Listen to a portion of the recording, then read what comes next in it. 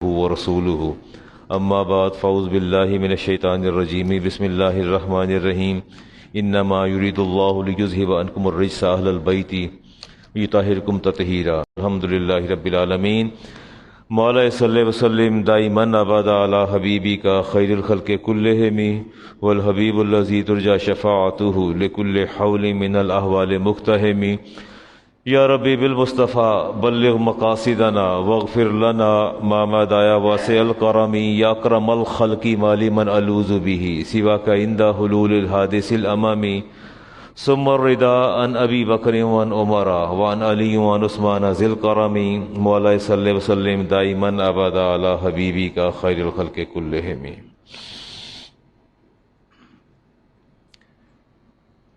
قرآن کریم کا اگر آپ مطالعہ فرمائیں تو آپ کو 3 علوم نظر آئیں گے۔ اگر آپ کیٹاگرائز کریں تو 3 طرح کے علوم اللہ رب العزت نے بنی نوع انسان کے لیے امپارٹ فرمائے ہیں۔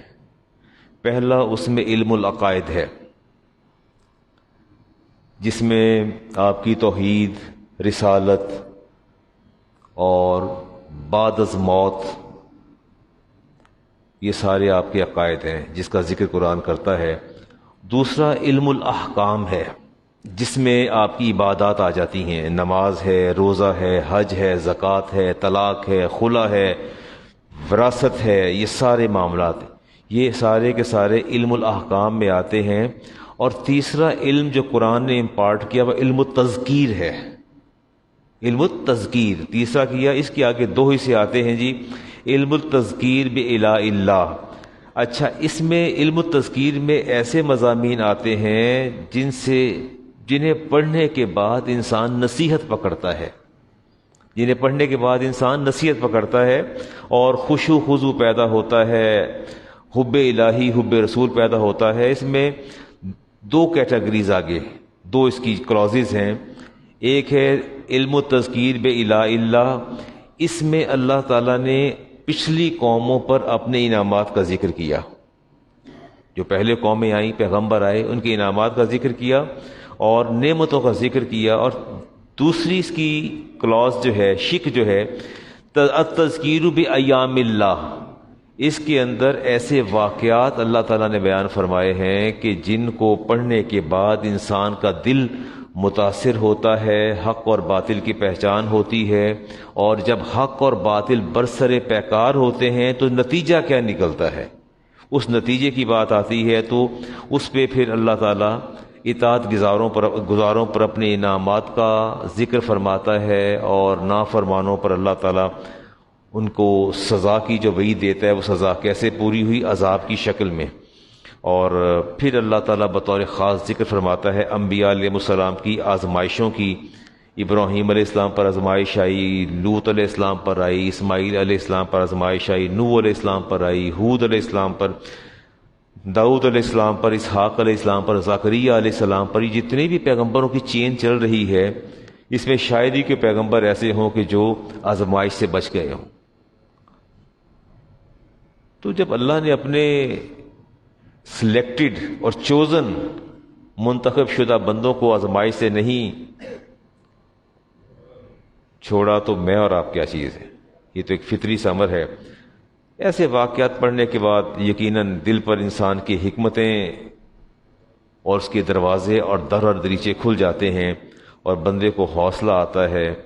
میں نے اپنی اس زندگی میں اور اپنے ان ایام میں جو میں نے تدریس میں پڑھتے پڑھاتے گزارے، مجھے 3 چیزیں نظر آئی ہیں: مال، اولاد اور جان۔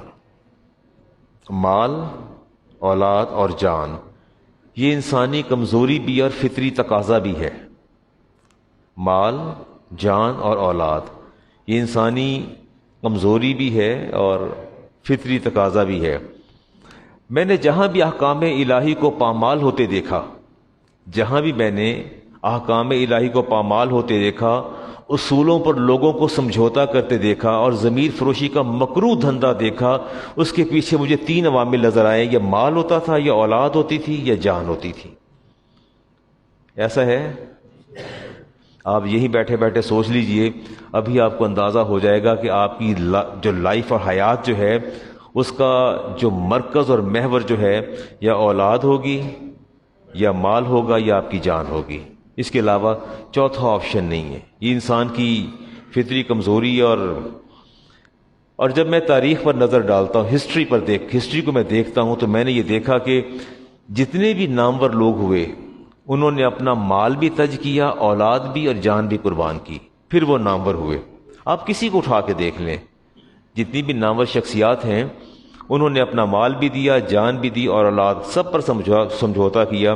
اور اگر میں آزمائش کی بات کروں، اچھا دیکھنے کی بات یہ ہے کہ ان کا پائے ثبات کبھی لغزش میں نہیں آیا۔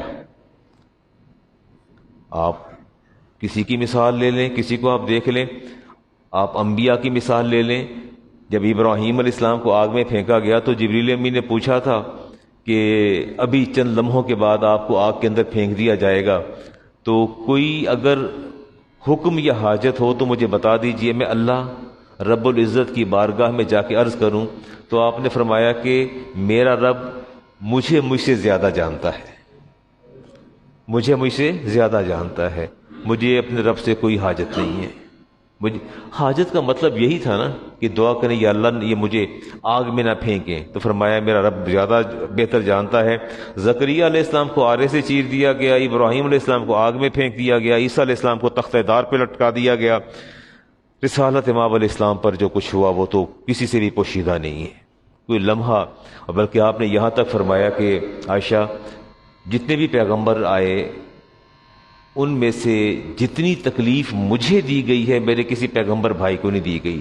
ایک تکلیف ہوتی فار دا ٹائم بینگ، آتی ہے گزر جاتی، ایک ہوتا کنٹینیوسلی چلتی رہتی ہے، کوئی لمحہ بغیر تکلیف کے گزرتا ہی نہیں ہے۔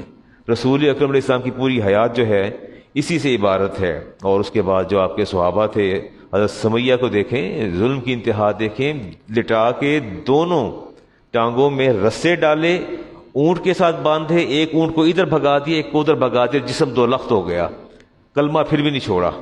میں وہ صبح اپنی گلوکو میٹر لے کے نا تو میں نے چیک کیا اپنا، جب شوگر لیول میں نے چیک کیا تو سوئی جب وہ میں نے پش کیا تو ایک دم سے ایسے بندہ چونکتا، تکلیف ہوتی ہے، اور میں اس کو سٹرپ پہ لگانا بھول گیا اور سوچ رہا تھا کہ یار یہ ہلکی سی مجھے سوئی لگی ہے، تو میں پورا بدن میرا ہو گیا، اور میں سوچ رہا تھا کہ مجھے اس انگلی پر نہیں اس پر کرنی چاہیے تھی۔ تو میں نے کہا وہ بھی تو لوگ تھے نا جنہوں نے سر کٹوا دیے، مجھے آج سوئی جو بھی ہے تو مجھے برداشت نہیں ہوئی کہ میں نے قلم پکڑنا تھا تو یہ اریٹیشن ہوگی، یہ کیا ہوا۔ بہر طور بات یہ ہے کہ حضرت خباب کو دہکتے انگاروں پر لٹا دیا گیا، بلال حبشی کو تپتی ریت پہ لٹا دیا گیا، جو کچھ بھی ہوا، لیکن میں سمجھتا ہوں کہ ان ساری تکلیفوں کو میزان کے ایک پلڑے میں ڈالا جائے، اور جو تکلیف امام علی مقام نے اٹھائی ہے اس کو ایک میزان کے پلڑے میں ڈالا جائے تو پلڑا امام علی مقام کا بھاری ہوتا ہے۔ اولاد بھی گئی، مال بھی گیا، سب کچھ، جان بھی گئی، کچھ بھی آپ نے باقی نہیں چھوڑا، اور جو قابل تقلید نمونہ امام نے قائم کر دیا، امام علی مقام نے، میں سمجھتا ہوں تاریخ اسلام اس سے بہتر مثال پیش نہیں کر سکتی۔ کس طرح وہ کسی شاعر نے کہا تھا، شہیدوں کو تو اکثر ناز ہوتا ہے شہادت کا، حسین ابن علی تجھ پر شہادت ناز کرتی ہے۔ کتنا بڑا مقام تھا امام علی مقام کا، میں کوشش کرتا ہوں۔ اچھا یہ واحد شہادت ایسی ہے کہ جس کا قبل از وقت چرچا شروع ہو گیا، یہ واحد شہادت ایسی ہے، میرا نہیں خیال کسی کو پتا ہو کہ موت کب آنی ہے، میں اس پر بھی بات کرتا ہوں آپ کے ساتھ۔ ام فضل حضور علیہ السلام کی چچی ہیں، فرماتی ہیں کہ میں نے خواب دیکھا کہ رسالت امام علیہ السلام کا بدن کا ٹکڑا کٹ کے میری گود میں آن پڑا ہے۔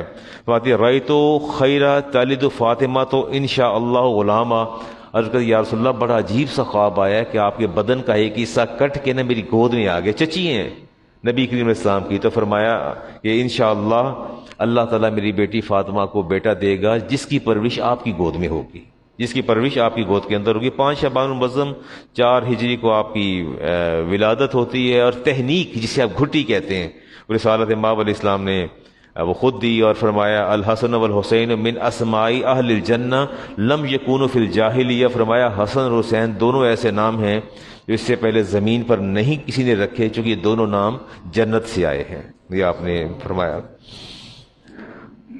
ہاں امام علی مقام حدیث پاک میں آتا ہے وکان الحسین فاضلا قصیر الصوم، کثرت سے روزے رکھتے تھے، والصلاۃ نماز پڑھتے تھے، والحج حج بھی آپ نے پیدل بہت حج آپ نے کیے، والصدقۃ وافعال الخیر جمیع، سارے افعال جو تھے افعال خیر۔ اب ہمارا یہ حال ہوتا ہے کہ کہتے ہیں یار اتنی مصروفیت ہے دنیا کی، نماز کا وقت نہیں ملتا، نمازیں رہ جاتی ہیں، چھوٹ جاتی ہیں، پتہ نہیں کیسے چھوٹ جاتی ہیں۔ رسالت امام ترمذی کی روایت ہے، آپ نے فرمایا تھا زید بن ارقم اس حدیث کے راوی ہیں، انی تارک فیکم، اے لوگوں میں تم میں چھوڑ کے جا رہا ہوں، فرمایا کہ ما ان تمسکتم بہی، جب تک تم ان کے ساتھ چمٹے رہو گے، جڑے رہو گے، فرمایا لن تدل بعدی، تم میرے بعد کبھی گمراہ نہیں ہوگے۔ اچھا یہ جو تمسکتم کا لفظ آیا ہے یہ ہوتا ہے کسی کے ساتھ منسلک ہو جانا، جڑ جانا، اٹیچ ہو جانا۔ اگر میں آپ سے پوچھوں کہ آپ امام علی مقام سے محبت کرتے ہیں اور کیا آپ ان کی ذات سے منسلک ہیں، تو میں چاہتا ہوں کہ آج آپ مجھے سمجھا دیں کہ ان کی محبت اور ان سے منسلک ہونا، جڑ جانا، اس کے کیا معنی ہو سکتے ہیں؟ وہ بتا دیں مجھے کہ اگر بتانا چاہتا ہے تو۔ حج الحسین 25 حجۃ ماشیہ، آپ نے 25 حج پیدل فرمائے ہیں۔ کتنے حج پیدل فرمائے ہیں؟ 25 حج پیدل فرمائے ہیں۔ اور ہمارا حال کیا ہوتا ہے؟ ہمارا حال یہ ہوتا ہے، علامہ صاحب سنا ہے صحیح بڑی مشکل ہے، وہ بندہ تھک جاتا ہے اور صحیح کرنے کے بعد ایسا لگتا ہے جیسے پتہ نہیں کتنا بڑا ہم نے مہم جوئی پر نکلے تھے اور سر کر کے واپس آ رہے ہیں۔ تو امام علی مقام کو تو دیکھیں نا کہ 25 حج آپ نے پیدل کیے ہیں، اور مدینہ سے آپ مکہ تشریف لے جاتے تھے۔ رسالت امام علیہ السلام نے فرمایا انی تارک فیکم ما ان تمسکتم بہ لن تضلوا، جب تک میرے اہل بیت کے ساتھ جڑے رہو گے کبھی گمراہ نہیں ہوگے۔ احدہما اعظم من الآخر، اور یہ 2 چیزیں آپ نے فرمایا 2 میں باتیں تمہیں بتا رہا ہوں، ایک میرے اہل بیت اور دوسرا قرآن، یہ 2 چیزیں ہیں۔ فرمایا احدہما اعظم من الآخر کتاب اللہ و اطرتی، فرمایا 2 چیزوں کا میں نے ذکر کیا، ایک میری اولاد اور دوسرے قرآن کریم۔ فرمایا جب دونوں کو دیکھو گے تو تمہیں ایک چیز نظر آئے گی، کبھی تمہیں اہل بیت قرآن سے زیادہ اہم نظر آئیں گے، کبھی قرآن ان سے زیادہ اہم نظر آئے گا، اور آپ اس میں امتیاز نہیں کر سکتے کہ زیادہ اہمیت کا حامل کون ہے۔ قرآن احکامات پر مبنی ہے تو اس کی عملی تفسیر جو ہے وہ اہل بیت اطہار ہیں۔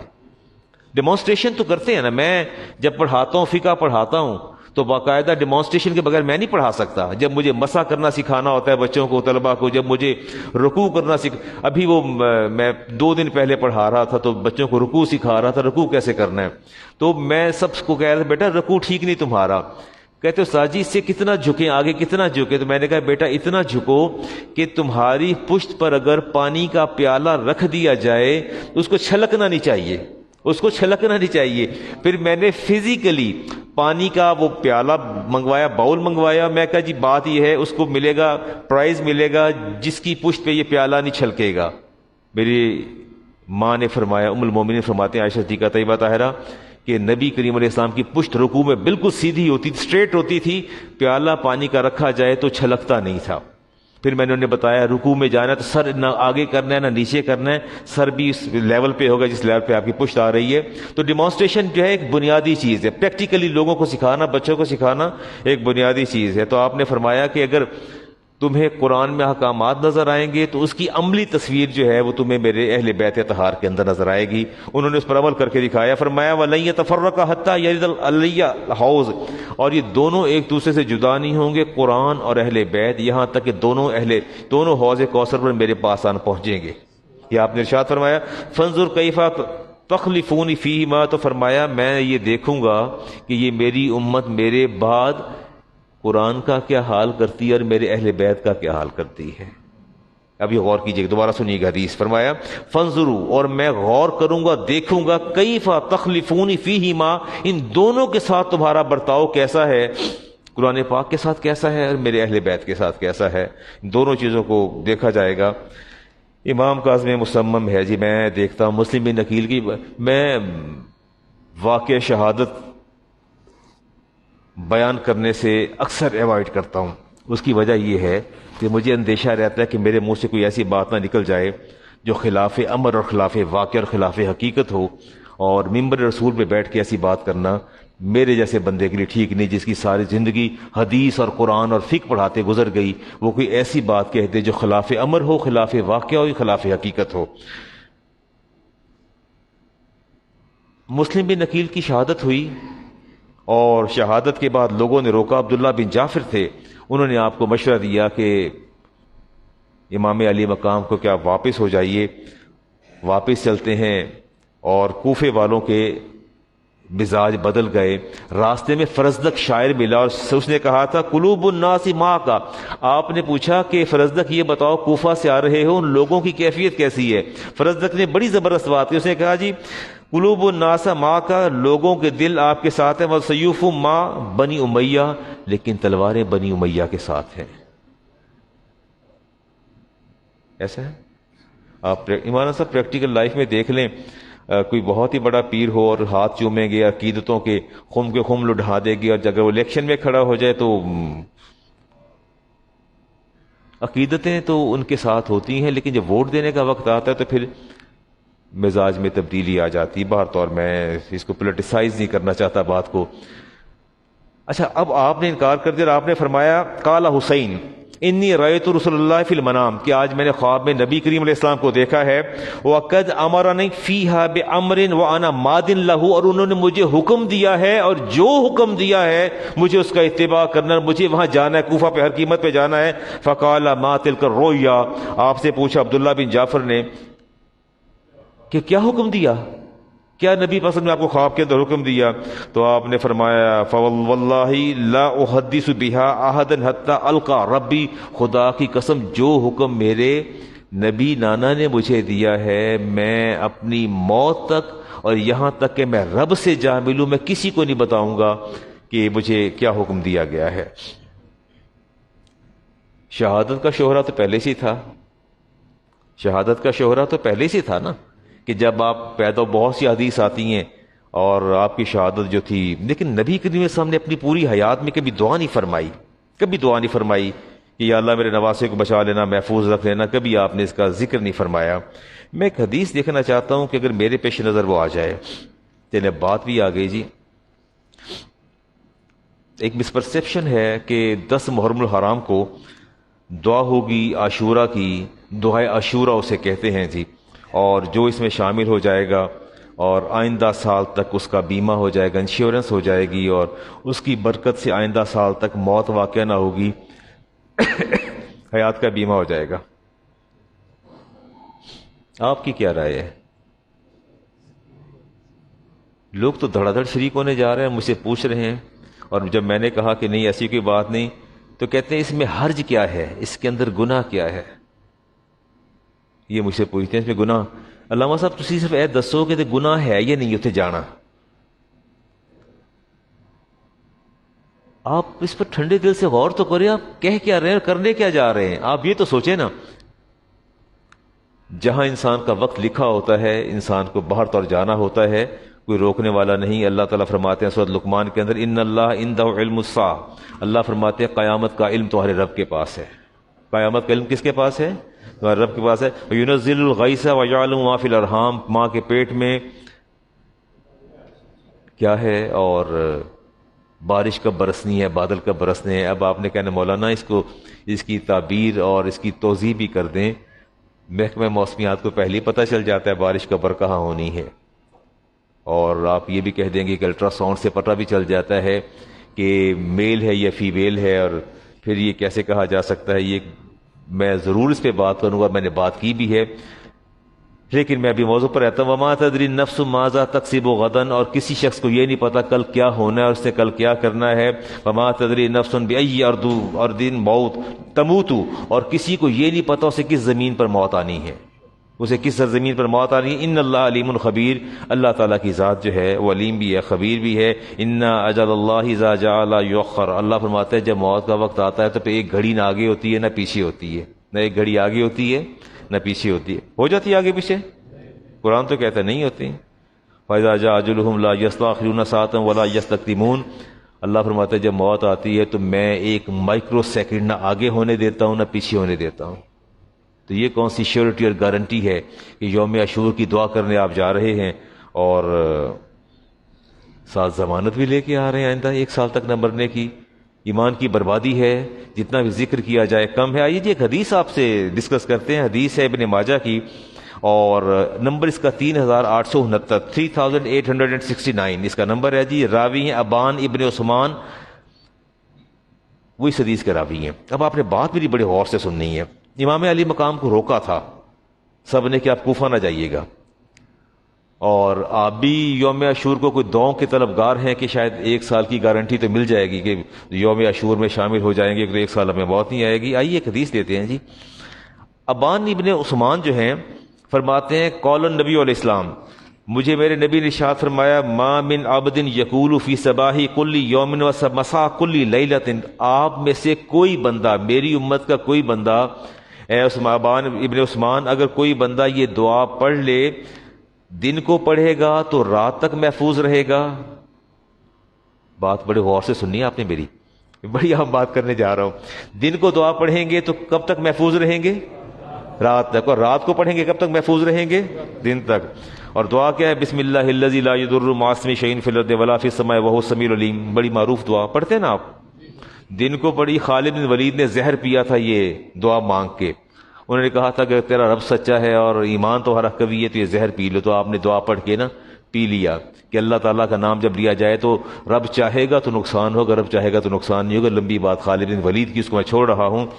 اچھا، اس حدیث کے راوی بھی ابان ابن عثمان ہیں کہ صبح، اور ان کا معمول یہ تھا کہ یہ کسی قیمت پر دعا پڑھنا نہیں چھوڑتے تھے. دن کو پڑھتے تھے اور رات کو بڑی باقاعدگی سے پڑھتے تھے، اور پڑھنے کے بعد ثلاثہ مرات 3 دفعہ پڑھتے تھے. فرماتے ہیں وَكَانَ عَبَانٌ قَدْ أَصَابَهُ طَرْفٌ مِنَ الْفَالِجِ. ابان ابن عثمان کو بلڈ پریشر شوٹ اپ ہوا، پیرالائز ہو گئے، فالج ہو گیا. اب اس حدیث کے راوی وہ خود تھے.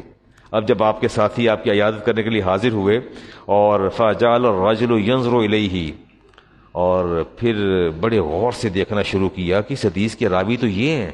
خود روایت کرتے ہیں کہ نبی پاک نے ارشاد فرمایا کہ جو یہ صبح دعا پڑھے گا وہ شام تک محفوظ رہے گا، اور جو شام کو پڑھے گا وہ صبح تک محفوظ رہے گا. حدیث پاک میں آتا ہے فَجَعَلَ الرَّجُلُ يَنظُرُ إِلَيْهِ، اور بڑے غور سے دیکھا، سوالی استفہامی انداز کے اندر دیکھا.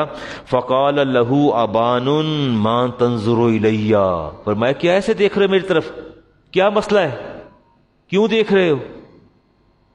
آپ نے غصے سے پوچھا. فرمایا ہاں میں جانتا ہوں تمہاری آنکھوں میں سوال کیا ہے. اما ان الحدیث کما حدثتک، فرمایا میری بات سنو، تم جن سوالیہ نگاہوں سے مجھے گھور رہے ہو نا، کہ میں صبح بھی دعا پڑھتا تھا باقاعدگی کے ساتھ اور شام کو پڑھتا ہوں، اور میرے نبی نے فرمایا کہ جو پڑھے گا اس کو نقصان نہیں ہوگا شام تک، اور تم یہ مجھے پیغام دینا چاہتے ہو کہ میں پیرالائز ہوا ہوں، مجھے فالج ہوا ہے. دعا پڑھی تو فالج کیسے ہو گیا؟ تم کیوں نہ اس مصیبت سے محفوظ رہے؟ فرمایا میں جانتا ہوں اما ان الحدیث کما حدثتک، فرمایا حدیث وہی ہے جو میں نے بیان کی ہے، جو روایت میں نے کی ہے حدیث بالکل ایسے ہے، اور میرا اس پر قوی ایمان ہے کہ جو میرے نبی نے فرمایا وہ بالکل سچ فرمایا. آئیے دیکھیں وہ توجیہ پیش کرتے ہیں. کہتے ہیں تم سوالی نگاہوں سے مجھے دیکھ رہے ہو، تو میں بتا دیتا ہوں کہ وَلَكِنِّي لَمْ أَقُلْهُ يَوْمَئِذٍ لَيُمْضِيَ اللَّهُ عَلَيَّ قَدْرًا، فرمایا خدا کی قسم جس دن مجھ پر رب کی تقدیر نے نافذ ہونا تھا، میں صبح حدیث دعا پڑھنا ہی بھول گیا. نہیں بات نہیں سمجھے آپ. فرمایا خدا کی قسم حدیث وہی ہے جو میں نے بیان کی ہے، لیکن جس دن رب کی تقدیر نے مجھ پر نافذ ہونا تھا میں دعا پڑھنا بھول گیا. فرمایا وَلَكِنِّي لَمْ أَقُلْهُ يَوْمَئِذٍ يُمْضِيَ اللَّهُ عَلَيَّ قَدْرًا، جب میری تقدیر نے نافذ ہونا تھا رب نے مجھے پڑھنا ہی بھلا دیا. میرے نبی کا قول سچا ہے، میرے نبی کا قول سچا ہے، فرمان سچا ہے. میں خود بھولا، میں نے نہیں پڑھی دعا. فرمایا جس دن مجھے تکلیف پہنچنا اور میرے مقدر میں تکلیف تھی، فرمایا میں یہ دعا نہ پڑھ سکا تاکہ اللہ کی تقدیر مجھ پر نافذ ہو جائے اور قول مصطفیٰ روز روشن کی طرح سچ رہے. فرمایا ایسی بات نہ کرو. میں یہ کہتا ہوں کہ جب رب کی تقدیر نے نافذ ہونا ہوتا ہے تو سارے کے سارے ہیلے جو ہیں وہ جاتے رہتے ہیں. دعا اور دوا دونوں غیر مؤثر ہو جاتے ہیں جب تقدیر نے نافذ ہونا ہو. لوگ کہتے ہیں علامہ صاحب آپ نے تو کہا تھا صدقہ دے دیا کریں، بابا بیمار تھے ہم نے تو بڑے صدقے دیے تو پھر بھی ان کو موت آ گئی، پھر بھی دنیا سے چلے گئے۔ تو بات یہ ہے کہ جب رب کی تقدیر نے نافذ ہونا ہوتا ہے اللہ اسے نافذ فرما دیتا ہے۔ لیکن یہاں ایک بات آگے فرمائی، ابان بن عثمان فرماتے ہیں میں ایک بات تمہیں بتاتا ہوں، دوا غیر مؤثر ہو تو رقم بھی جاتی رہتی ہے اور محنت بھی بے مصرف چلی جاتی ہے، لیکن دعا غیر مؤثر ہو تو توکل بڑھ جاتا ہے، تقویت ایمان بڑھ جاتی ہے اور اجر کثیر اللہ تعالیٰ عطا فرماتا ہے۔ بات تو صرف اتنی ہے کہ ہر شخص دین کی حکمت کو نہیں جانتا، ہر شخص دین کی حکمت کو نہیں جانتا اور نہ ہی جاننے کا اہل ہے۔ تو بات یہاں تک آن پہنچی کہ جب تقدیر نے نافذ ہونا ہوتا ہے اللہ تبارک و تعالیٰ اس کے اہتمام خود فرما دیتا ہے، انسان کے ہیلے دوا اور دعا جو ہے اس کو مؤخر کر دیا جاتا ہے۔ اور ابن اسیر نے لکھا 9 محرم الحرام تلوار کا سہارا لیے بیٹھے تھے، امام علی مقام غنودگی کی حالت غنودگی میں تھے اور اچانک یزید کے لشکر کا شور و غوغا جب ہوا تو حضرت زینب رضی اللہ تعالیٰ نے آپ کو جگایا، فرماتی ہیں کہ باہر یزید کے لشکر کا شور و غوغا ہے۔ آپ فرماتے انی رأیت رسول اللہ فی المنام، اصل میں نے تلوار پر ٹیک لگا کے بیٹھا تھا تو حالت نیند میں چلا گیا اور رسالت امام علیہ السلام خواب میں تشریف لائے۔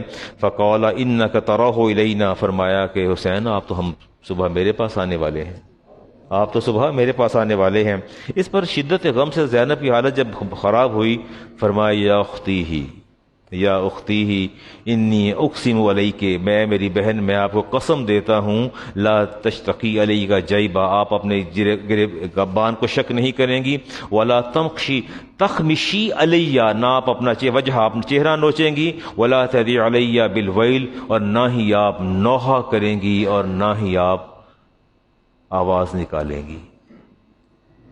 والصبور انا حلق، تو جب میں دنیا سے رخصت ہو جاؤں تو گریبان چاک نہیں کرنا، سینہ کو بھی نہیں کرنی، آپ نے شور نہیں کرنا اور آپ نے شدت غم میں اپنے آپ کو سنبھال کے رکھنا ہے۔ ٹھیک ہے،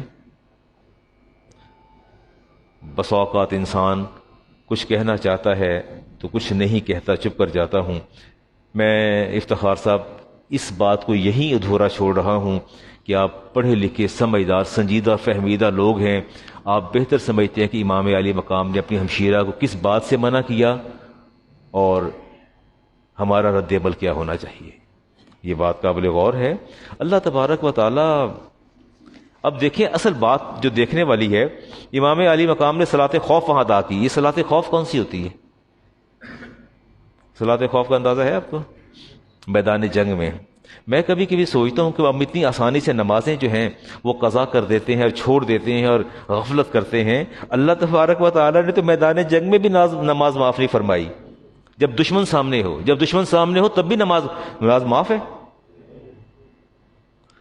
باجماعت ہوش ہوتی ہے۔ اب بندہ جب فرنٹ پہ ہو، بندہ محاذ پہ، تو بندے کو تو اپنی ہوش نہیں ہوتی۔ اللہ فرماتے ہیں اپنے اے میرے حبیب وَإِذَا كُنْتَ فِيهِمْ فَأَقَمْتَ لَهُمُ الصَّلَاةَ، اے میرے حبیب جب آپ جہاد کے میدان میں دشمن آپ کے سامنے ہو تو آپ نے کیا کرنا ہے؟ آپ مجاہدوں میں تشریف فرما ہو تو فرمایا تو ان کے لیے آپ نے جماعت کروانی ہے۔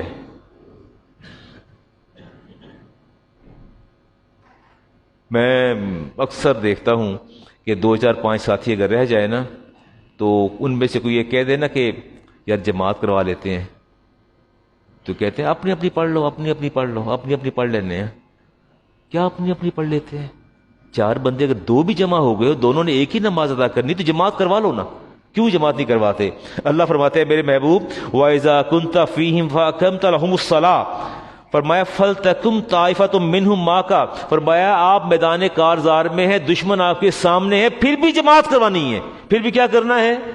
لیکن اللہ فرماتے جماعت کا طریقہ میں رب خود بتاؤں گا، طریقہ کیا ہوگا، طریقہ اللہ میں خود بتاؤں گا طریقہ کیا ہوگا۔ فرمایا ماں کا فلتکم طائفۃ منہم ماں کا، ایک گروہ آئے گا آپ کے ساتھ، آپ مصلی امامت پر آگے تشریف لے آئیں گے، ایک گروہ آپ کے ساتھ، فلیاخذوا اسلحتہم، وہ اپنے اسلحے کو اپنے اوپر تلوار زیرہ جو اس کا اسلحہ اپنے ساتھ رکھے گا۔ اور فرمایا فاذا سجدوا، جب یہ ایک گروہ دوسرا دشمن کے سامنے رہے گا. جب ان کو ایک رکعت آپ پڑھا لیں گے تو فرمایا فائزہ ساجدوا، یہ سجدہ کرنے فلیکونوا من ورائکم، یہ لوگ پیچھے چلے جائیں گے اور پیچھے والے آگے آ جائیں گے، آپ وہیں تشریف فرما رہیں گے. دوسری رکعت میں وہ شامل ہوں گے، یہ اپنی پوری کریں گے، وہ بعد میں آ کے اپنی پوری کر لیں گے.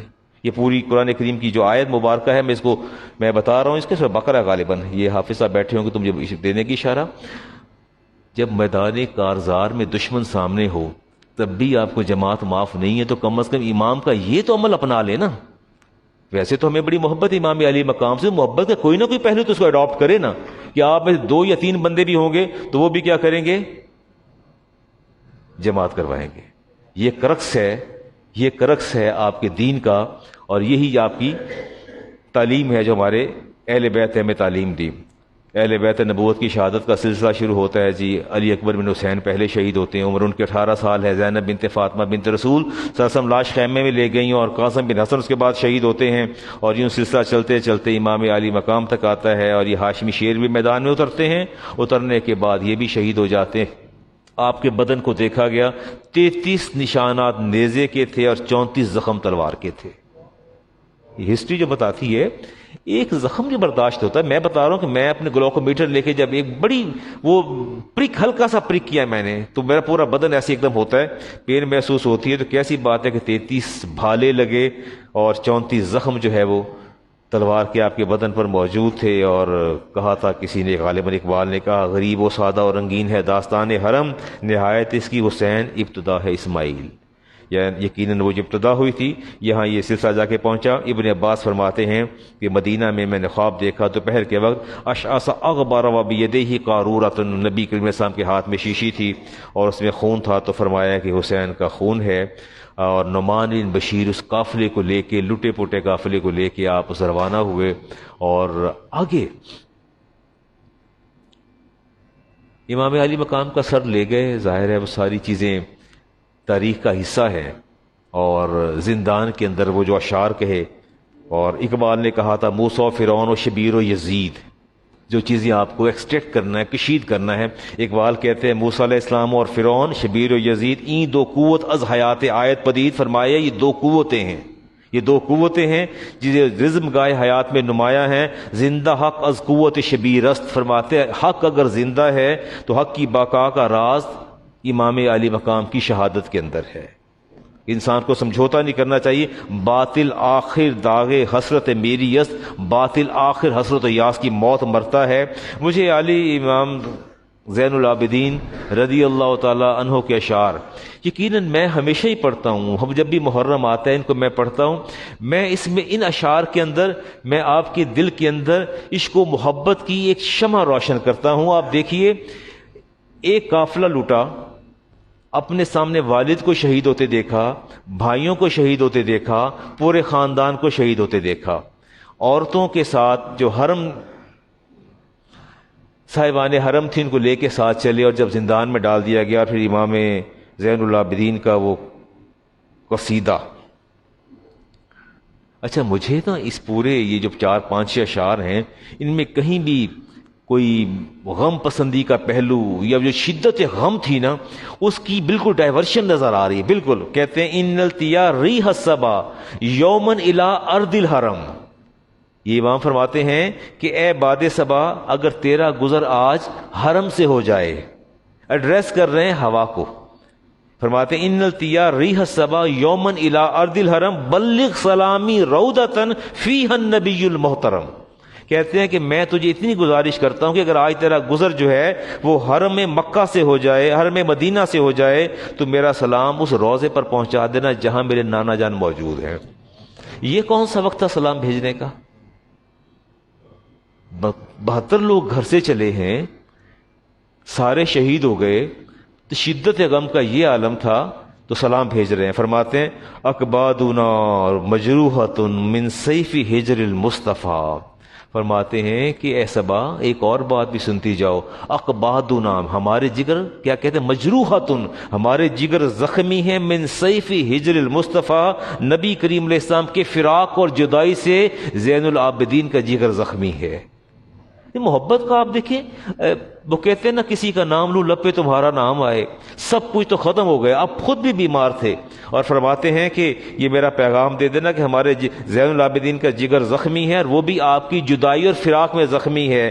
طوبی لأہل بلدۃ فیہا النبی المحتشم، اور وہ شہر کے لوگ مدینہ کے فرماتے ہیں کہ مبارکباد کے مستحق ہیں جہاں میرے نانا خود موجود ہیں۔ مبارکباد کا پیغام دیا، فرماتے ہیں یا رحمت للعالمین انت شفیع المذنبین، فرماتے ہیں یا رحمت للعالمین، آپ شفیع ہیں، شفاعت کرنے والے ہیں گناہ گاروں کی۔ اکرم لنا یوم الحزین فضلا وجودا والکرم، میں ہمیں قیامت کے روز یا اللہ اپنے نبی کے فضل، سخاوت اور جود و کرم سے نوازنا، ہماری عزت بخشنا، دعا کر رہے ہیں اس یوم حشر کی۔ یا رحمت للعالمین ادرک لی زین العابدین، کہتے ہیں کہ یا رحمت العالمین آئیے اور زین العابدین کو سنبھال لیجئے۔ ابھی میرے واٹس ایپ گروپ میں سوال آیا ہوا تھا، کیا اولیاء اللہ سے اور نبی کریم علیہ السلام سے براہ راست مانگنا جائز ہے؟ اس میں شرک تو نہیں ہے؟ کاش امام زین العابدین آج موجود ہوتے تو یہ سوال میں ان سے کر لیتا، ان سے پوچھ لیتا۔ فرماتے ہیں یا رحمت للعالمین ادرک لی زین العابدین محبوس ایدی ظالمین فی الموکب والمزدحم، کہتے ہیں یا رحمت للعالمین تشریف لائیے اور زین العابدین کو سنبھال لیجئے، محبوس ایدی ظالمین، وہ ظالموں کی قید کے اندر موجود ہیں، مشقت میں ہیں اور مصیبت کے اندر ہیں۔ میں سمجھتا ہوں کہ اہل بیت اطہار سے زیادہ توحید پرست کوئی نہیں تھا۔ کیا آپ یہ سمجھتے ہیں کہ آپ کی توحید زیادہ کامل ہے امام زین العابدین سے؟ کیا آپ یہ سمجھتے ہیں یا میں یہ سمجھتا ہوں کہ جس توحید کا میں دعوے دار ہوں، جس توحید کا میں لمبردار ہوں، کیا امام زین العابدین اس توحید سے بے خبر تھے؟ اللہ کی وحدانیت سے بے خبر تھے یا اللہ تعالیٰ کی استعانت اور استمداد سے بے خبر تھے؟ ایسی بات نہیں۔ اتنی تکلیف کے باوجود کہتے ہیں یا رحمت للعالمین ادرک لی زین العابدین، تشریف لائیے اور زین العابدین کو سنبھال لیجیے، چونکہ زین العابدین جو ہیں وہ ظالموں کی قید میں ہیں اور مشقت اور تکلیف میں ہیں۔ قرآن برہاننا فسخ لادیان مدد، فرماتے ہیں قرآن ہماری دلیل ہے، قرآن ہماری دلیل ہے، اور آپ کے آنے سے سارے دین جو ہے منسوخ کر دیے گئے۔ اذ جاءنا احکامہ کل صحف صار العدم، فرمایا جتنے احکام تھے، تورات تھی، زبور، انجیل، یا جتنے مصحف تھے وہ سارے کے سارے اللہ نے کل عدم قرار دے دیے۔ اور اتنی تکلیف کے اندر میں کبھی سوچتا ہوں، ان اشعار کو پڑھتا ہوں عربی کے اندر تو میں سوچتا ہوں یار بات کیسی ہے۔ کہتے ہیں مم وجہ شمس الضحیٰ، میرے نبی کی ذات ایسی ذات ہے جن کا چہرہ شمس الضحیٰ ہے، شمس الضحیٰ۔ من خدہ بدر الدجا، فرماتے ہیں وہ ذات جس کا چہرہ انور نیم روز ہے اور رخسار جو ہیں وہ ماہ تاباں ہیں۔ سارا گھرانہ لٹ گیا، تہی دامن ہو کے وہاں سے نکلے، میدان کربلا سے نکلے، مدینہ روانہ ہے، راستے میں قید کے اندر ہے۔ کہتے ہیں یا رسول اللہ مم وجہہ شمس الضحیٰ، جن کا چہرہ شمس الضحیٰ ہے، من خدہ بدر الدجا، جن کے رخسار جو ہیں وہ رخسار ماہ تابہ ہیں، من ذاتہ نور الہدیٰ، جن کی ذات ہدایت کا نور ہے، جن کی ذات ہدایت کا نور ہے، من کفہ بحر الہمم، اور جن کی ہتھیلی جو ہے وہ سخاوت کا سمندر ہے اور ہمتوں کا سمندر ہے، اور ان کی ہتھیلی جو ہے وہ سخاوت کا سمندر ہے۔ بڑی محبت کے ساتھ اشعار پڑھے امام زین العابدین رضی اللہ تعالیٰ عنہ نے۔ جی آگے دیکھتے ہیں آپ سے کیا بات کی جائے۔ زید بن ارقم فرماتے ہیں، زید بن ارقم وہ صحابی ہیں جنہوں نے رسالت امام علیہ السلام کے ساتھ 17 غزوات میں حصہ لیا۔ کتنے غزوات میں حصہ لیا؟ 17 غزوات میں حصہ لیا۔ آپ اس حضور کے ساتھ جنگ سفین، حضرت علی کے ساتھ جنگ سفین میں بھی شامل تھے آپ جی، اور 68 ہجری میں آپ کا وصال ہوا۔ زید بن ارقم صحابی رسول ہیں، اور امام بدر الدین عینی جو ہے شارح بخاری ہیں، وہ لکھتے ہیں کہ میں موجود تھا اس دربار کے اندر جب یزید کے پاس جو ہے امام علی مقام کا سر لایا گیا جی۔ یہ شارح بخاری ہیں۔ پہلے میں دیکھتا ہوں امام بخاری کی حدیث لے لوں جی، پہلی جلد اور صفحہ نمبر 93 حدیث ہے جی۔ امام بخاری حدثنا محمد بن حسین بن ابراہیم انس بن مالک، انس بن مالک فرماتے ہیں قال آتا عبید اللہ بن زیاد براس الحسین، ابن زیاد کے پاس امام علی مقام کا سر لایا گیا، وکان مخدوم الوسمی، میں غور سے دیکھ رہا تھا کہ آپ نے اپنے بالوں کو کچھ رنگا ہوا تھا سرخ مہندی کے ساتھ۔ قال فقلت، تو اس ابن زیاد نے آپ کے ہونٹوں پر جو ہے چھڑی رکھی، تو فقال قلت، میں نے کہا اللہ انی رأیت رسول اللہ یلسم حیث یقع قدیبک، فرمایا رک ہاتھ کی چھڑی پیچھے کر لو، میں انس بن مالک میں نے خود اپنی آنکھوں سے نبی کریم علیہ السلام کو ان کے ہونٹوں کے بوسے لیتے دیکھا ہے۔ یہ انس بن مالک فرماتے ہیں کہ میں نے خود دیکھا، جہاں تو نے آج چھڑی رکھی ہے نا، ان ہونٹوں کو میں نے بوساتے دیکھا۔ اور زید بن ارقم فرماتے ہیں کہ جب یزید نے آپ کی وہ چھڑی رکھی نا آپ کے ہونٹوں پر، فرمایا ارفع قدیبہ کا، فرمایا اپنی چھڑی پیچھے کرو، چھڑی پیچھے کرو۔ فقط رأیت فم رسول اللہ فی موضعہ، میں نے یہی نبی کریم علیہ السلام کے ہونٹ مبارک لگتے دیکھے۔ ثم انفض الشیخ، اب کی اس کے بعد آپ نے رونا شروع کر دیا۔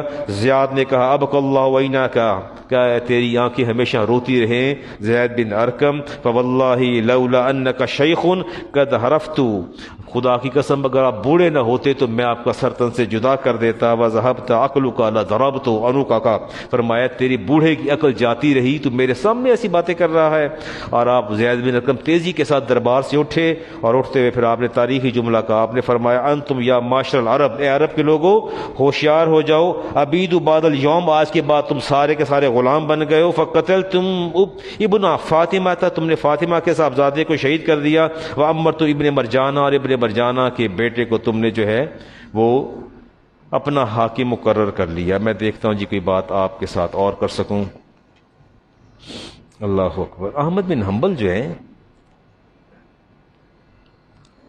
ان کے صاحبزادے کہتے ہیں کہ بابا بات یہ ہے، امام احمد بن حنبل کی بات کر رہا ہوں، انہوں نے کہا جی بات یہ ہے، لوگ ہمیں کہتے ہیں، کچھ لوگ ہمیں یزید کا حمایتی کہتے ہیں، کچھ لوگ ہمیں یزید کا حمایتی کہتے ہیں۔ تو آپ نے فرمایا کہ حیرت کی بات ہے، لوگ ہمیں کیسے کہتے ہیں، یا بنیا وحل یتولی یزید احد یؤمن باللہ، فرمایا کیسے جو اللہ کی وحدانیت پر ایمان رکھتا ہے وہ یزید کی حمایت کیسے کر سکتا ہے؟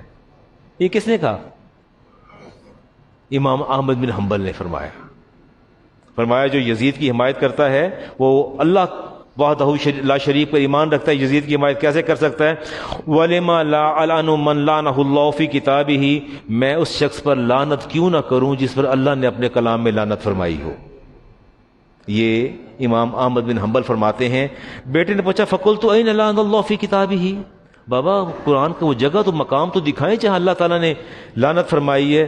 فقال فی قولہ تعالی، سورۃ محمد کی آیت پڑھی امام احمد بن حنبل نے، اللہ فرماتے ہیں فَهَلْ عَصَيْتُمْ إِن تَوَلَّيْتُمْ أَن تُفْسِدُوا فِي الْأَرْضِ، اللہ فرماتے ہیں تم سے یہی توقع ہے کہ جب تمہیں حکومت دی جائے گی، جب تمہیں کیا دی جائے گی؟ حکومت دی جائے گی، ان تفسدوا فی الارض، تو تم زمین پر فساد پھیلاؤ گے، وتقطعوا ارحامکم، اور خریم کے رشتوں کو کاٹو گے، اولئک الذین لعنہم اللہ، ایسے لوگوں پر اللہ تعالیٰ لعنت فرماتا ہے۔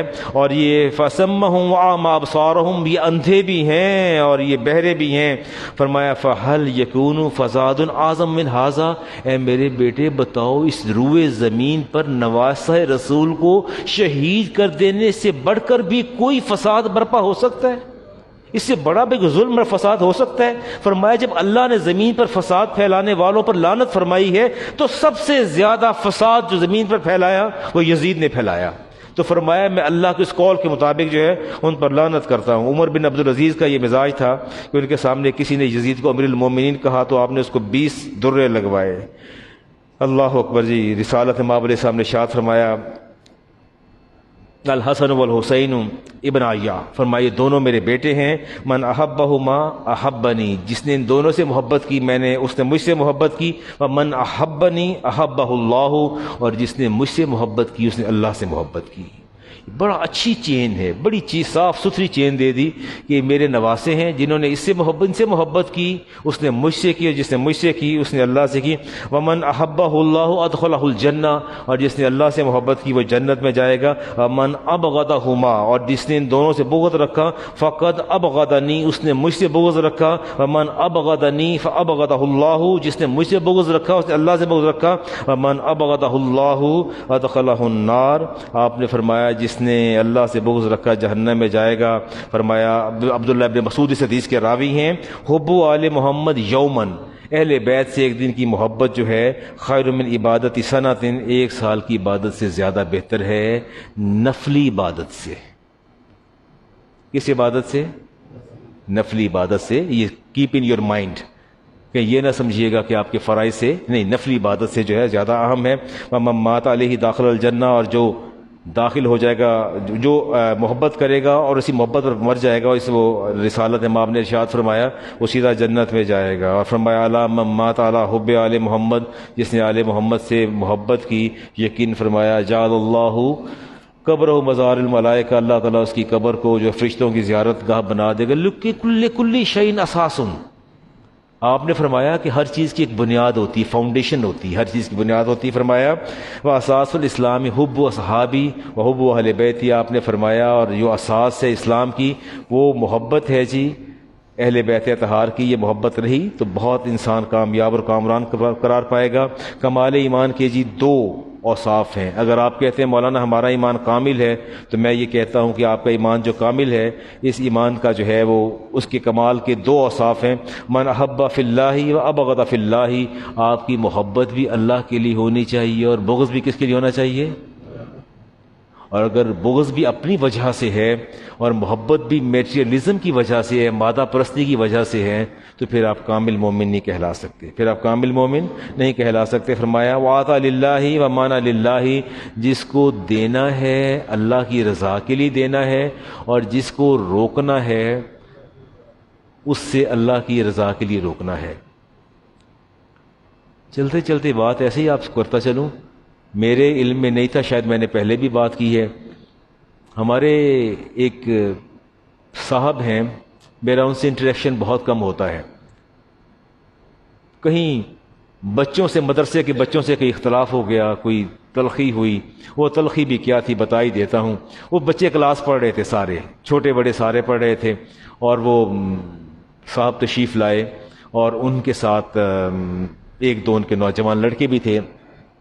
کوئی ان کا گھر میں کوئی فوت ہو گیا، انہیں وہ چارپائی اور تختہ جہاں غسل دینا ہے وہ لے کے جانا تھا۔ نیچے حدیث کی کلاس ہو رہی تھی، سامنے بچے بیٹھے تھے، کہنا ہے یار چکو منجی چکے نا، اے لے جاؤ، اے آؤ، اے مولوی صاحب اے دو منڈے دینا، دو تین منڈے دینا، اے منجی چکنی ہے، چارپائی چکنی تو نالو پھٹا چکنا ہے، یہ چھڈ کے آن۔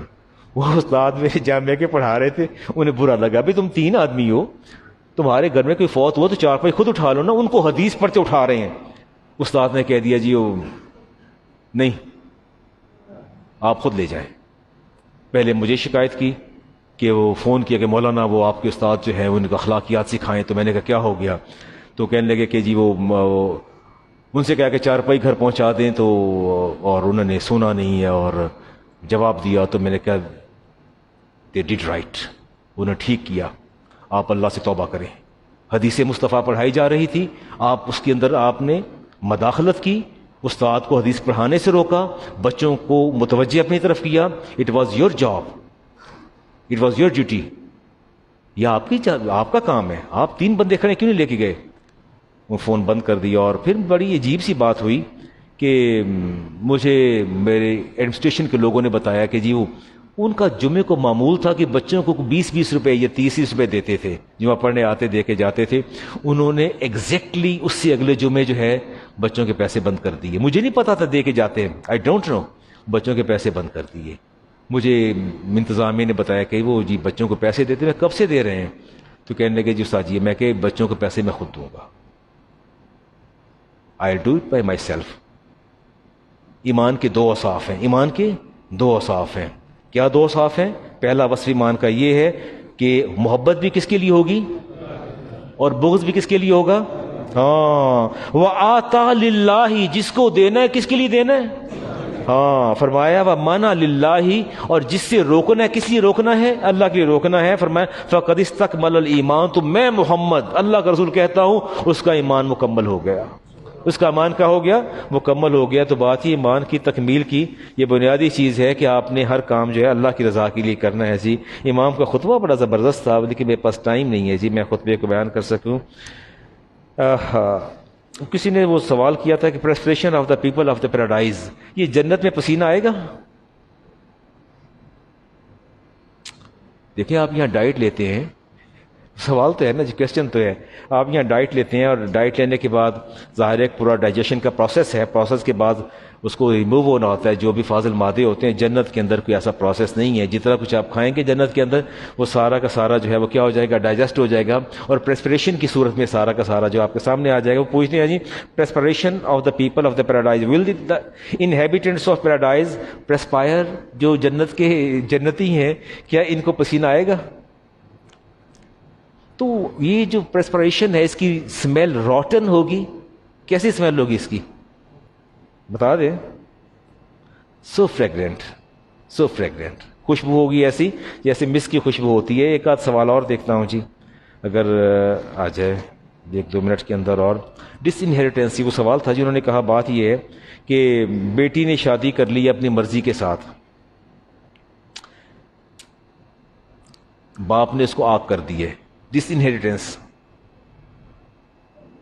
کیا کیا جائے اس کا؟ بیٹی یا بیٹے نے شادی اپنی مرضی سے کر لی ہے تو ڈس انہیریٹنگ اے کپل ہو میری وداؤٹ دیئر پیرنٹس کنسینٹ. انہوں نے والدین کی مرضی کے بغیر شادی کر لی ہے، والد صاحب نے آگ کر دیا ہے. آگ ہو جائے گا کوئی اس کا وے؟ اسلام تو بلیسنگ سے وہ ضرور ڈپرائیو ہو جائیں گے، اللہ کی بلیسنگ سے ڈپرائیو ہو جائیں گے. میں شیخ صاحب اعلان کرتا ہوں، ابھی اعلان کرتا ہوں، اللہ کی نعمت سے جو ہو جائیں گے. لیکن حکم خدا کیا ہے؟ یوصیکم اللہ فی اولادکم. اللہ فرماتے ہیں اولاد فرما بردار ہے یا نہ فرمان ہے، تمہارا اس سے معاملہ نہیں ہے. اس کو دیکھنا میرا کام ہے. اس کو دیکھنا کس کا کام ہے؟ اللہ کا کام ہے. یوصیکم اللہ، اللہ تمہیں تاکیدی حکم دیتا ہے فی اولادکم، تمہاری اولاد کے بارے میں. للذکر مثل حظ الانثیین، اللہ فرماتے ہیں کہ بیٹا ہے تو 2 حصے لے گا اور بیٹی اس کے مقابلے میں کتنا لے گی؟ 1 لے گی. تو اولاد کو نہیں کیا جا سکتا محروم؟ نہیں کیا جا سکتا، نہیں ہو سکتا. کوئی لا نہیں ہے، کوئی رول نہیں ہے، آگ کا تصور نہیں ہے. شیخ عبد القادر جیلانی گیلانی رحمۃ اللہ تعالی علیہ آپ نے روایات نقل کی ہیں. آپ سے پوچھا گیا کہ عاشورہ کے کوئی نیک امور بتا دیں کہ یوم عاشور کو کون سے نیک امور کیے جائیں. فرماتے ہیں میں حدیث ابن عبداللہ ابن عباس کی روایت بیان کرتے ہیں، من مسا بیدہ علی راس یتیم یوم عاشورہ فاللہ لہ بکل شعرہ علی راس درجۃ فی الجنہ. فرمایا حدیث پاک میں آتا ہے جو یوم عاشور کو کسی یتیم کے سر پر ہاتھ رکھ دیتا ہے، اللہ تبارک و تعالی جتنے بار اس کے ہاتھ کے نیچے آتے ہیں اتنے جنت میں اس کے درجات کو بلند فرما دیتا ہے. پاسبل ہو تو عمل کیجیے گا. من اغتسل یوم عاشور لم یمرض مرضا الا مرض الموت. فرمایا کہ جو کوئی یوم عاشور کو غسل کرے گا. اچھا میں نے اس سے پہلے ڈیٹیل ڈسکشن کی ہے کہ یوم عاشور کی سگنیفیکینس جو ہے، اس کی پرومیننس جو ہے وہ اسلام سے بھی پہلے تھی، اسلام سے بھی پہلے تھی. میں نے قرآن حدیث سے میں نے بیان کیا تھا اور آپ نے فرمایا کہ جو بندہ غسل کرتا ہے وہ اللہ تبارک و تعالیٰ اس کو شفا دیتا ہے بیماریوں سے، سوائے مرض الموت سے شفا دیتا ہے. لوگ عجیب عجیب سوال کرتے ہیں، گروپس کے اندر سوال آ رہے ہیں.